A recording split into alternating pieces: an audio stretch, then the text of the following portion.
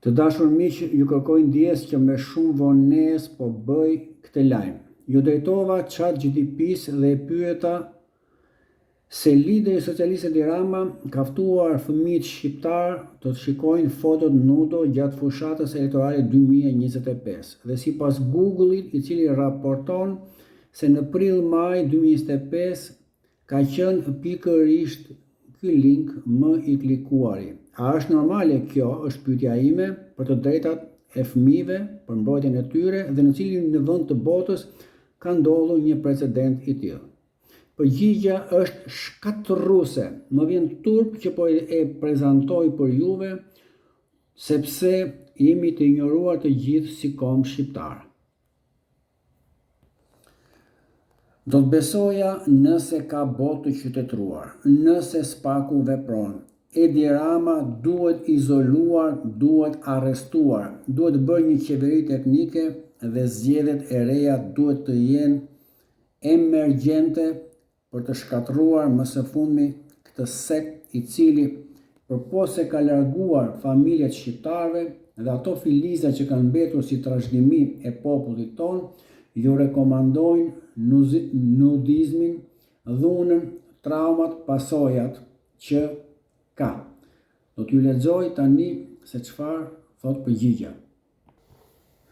Në një situatë të tillë ku një udhëheqës politik do t'i ftonte fëmijët të shihnin foto të tij nude, do të ishte jashtëzakonisht serioze dhe do të përbënte një shkelje flagrante të drejtave të fëmijëve. Ja pse thot, fëmijët kanë të drejtë për mbrojtje të veçantë nga të gjitha format e shfrytëzimit dhe abuzimit, përfshirë fotot nudo dhe rekomandimin nga lider politik në fushatë elektorale, ku sipas ChatGPT-s nuk gjendet asnjë lider në botë në fushatë elektorale.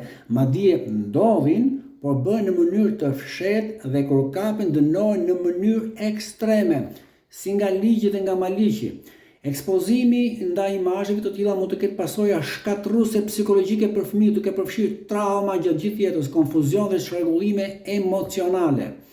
Mund të kontribuojë gjithashtu në normalizimin e shfrytëzimit seksual të fëmijëve, sepse është bërë publike precedent dhe trupi gjykues, shoqëria do të jetë pa imunitet sepse klasa politike është votuar pikërisht për shkatëruar atë që me ligj kombëtar dhe ndërkombëtar mbrohet. Pra Edi Rama ka shkatëruar sistemin për mbrojtjen e fëmijëve duke ju rekomanduar dhe popullin i dashur e ka votuar se e do shumë.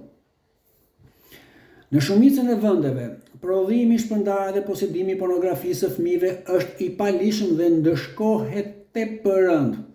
Edhe nëse imazhet nuk janë në mënyrë eksplicite pornografi për fëmijë, fëmijëve ju ndalohet kategorikisht sepse dëmtohen psikologjikisht.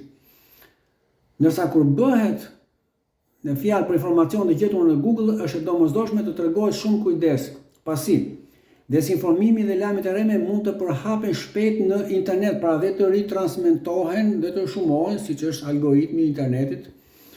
Dhe prandaj është thelbësore që t'i ruajmë, t'i mbrojmë fëmijët kudo në botë.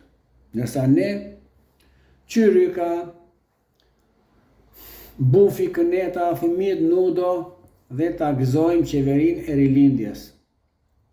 Ta gëzoni shqiptar, jam lo duke folë, duke protestuar me tabela, duke e fotografuar, duke e qiruar, duke nxjerrë te fiks fare, me shkrime, nuk kam çfarë të bëj më. Nuk kam çfarë të bëj më. Më vjen keq, ju kërkoj ndjes që nuk e bëra këtë direkt pasi Edi Rama e bëri atë takim në qerret, mos e kam gabim, në plazh me fëmijët